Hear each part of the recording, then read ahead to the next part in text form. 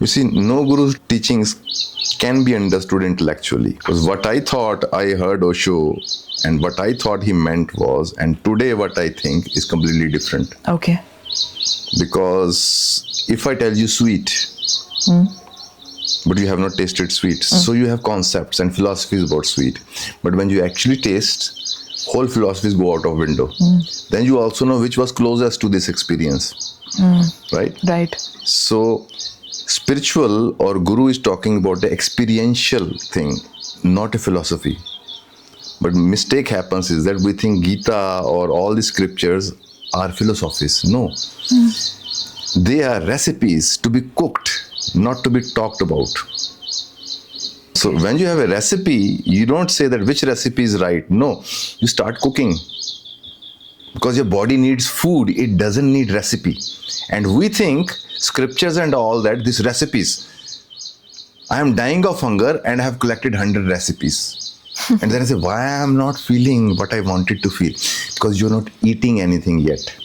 So, need of your being is to eat a truth.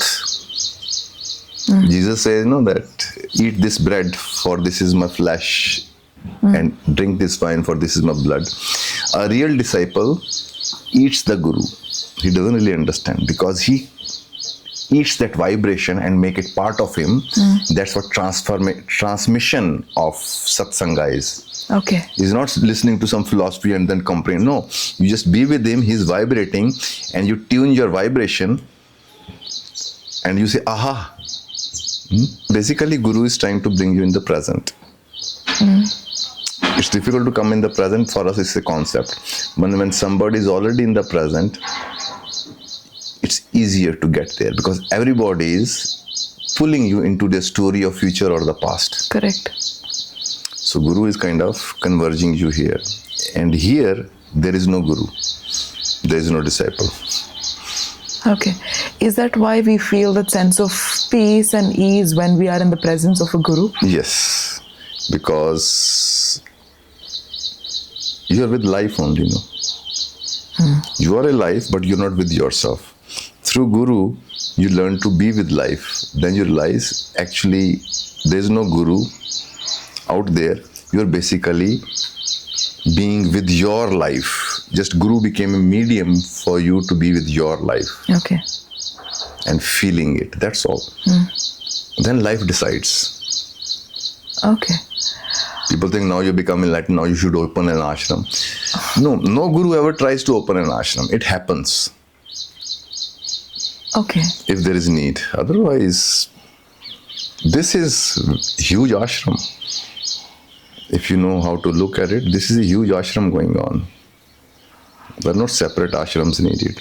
And this is the temple. If the soul truly knows that it is coming from the Creator itself, what is his entire Maya of birth and death? What is the purpose of it? There is no soul. Okay. Separate from.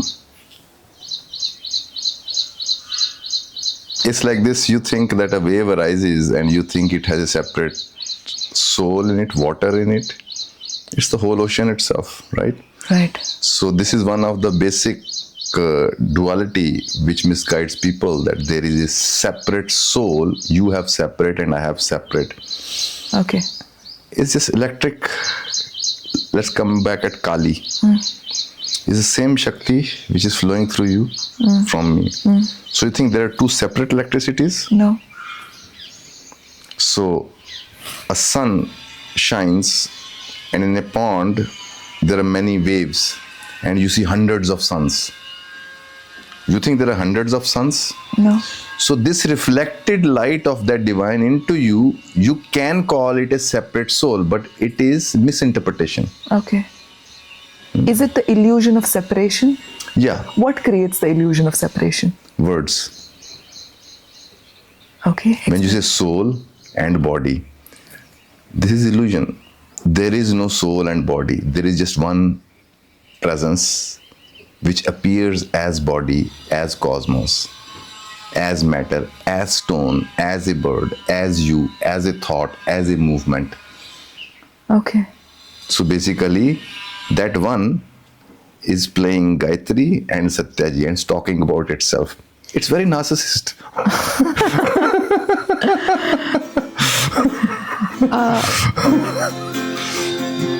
Ocean is telling the waves to talk about me. Please. Shri Ramachandra Kripalu Bhaj Man Haran